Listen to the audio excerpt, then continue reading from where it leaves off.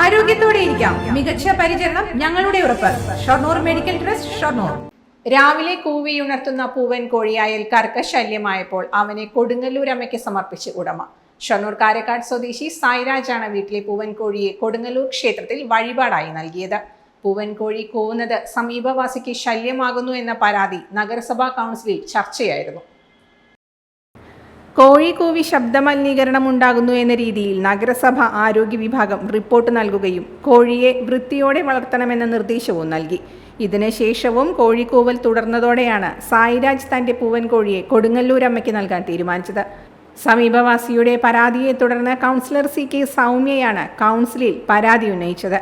അവിടെ ആകെ ഒരു 10-12 കോഴിയുള്ളൂ. വീട്ടില് നല്ല വൃത്തിയുള്ള കൂടാണ്. അവര് ഇതൊക്കെ ഇട്ടിട്ട് വൃത്തിയായിട്ട് നോക്കണ ഒരു കൂടാണ്. ഇവിടുന്ന് പോയവരും പറഞ്ഞു ഇതിന് വൃത്തികേടൊന്നും ഇല്ലല്ലോ, ഒന്നും കൂടി വൃത്തിയായി സൂക്ഷിച്ചാൽ മതി എന്ന് അവരോട് തന്നെ പറഞ്ഞിട്ടാണ് അവർ പോകുന്നത്. നമ്മൾ വിചാരിച്ച് അത് തീർന്നു. പിന്നെയാണ് അവർക്ക് പരാതിയായിരുന്നു. ആ പരാതിയോട് അന്വേഷണം നടത്തിയതാണ്. ടെറസിലാണെന്ന് തോന്നുന്നു അല്ലേ? ടെറസിലല്ല, അവരുടെ അപ്പോ തൊട്ട അയൽവാസിയുടെ പരാതി ഇതേകൊണ്ട് കോഴിയുടെ സ്മെല്ലടിക്കുന്നു, അതുപോലെ തന്നെ രാവിലെ എണീറ്റ് കോഴി പോയിട്ട് ഉറങ്ങാൻ പറ്റുന്നില്ല.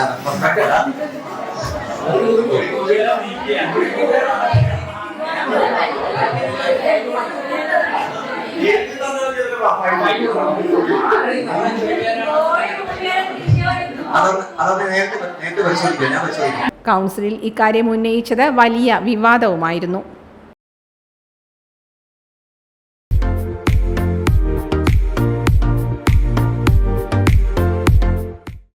Dot view news.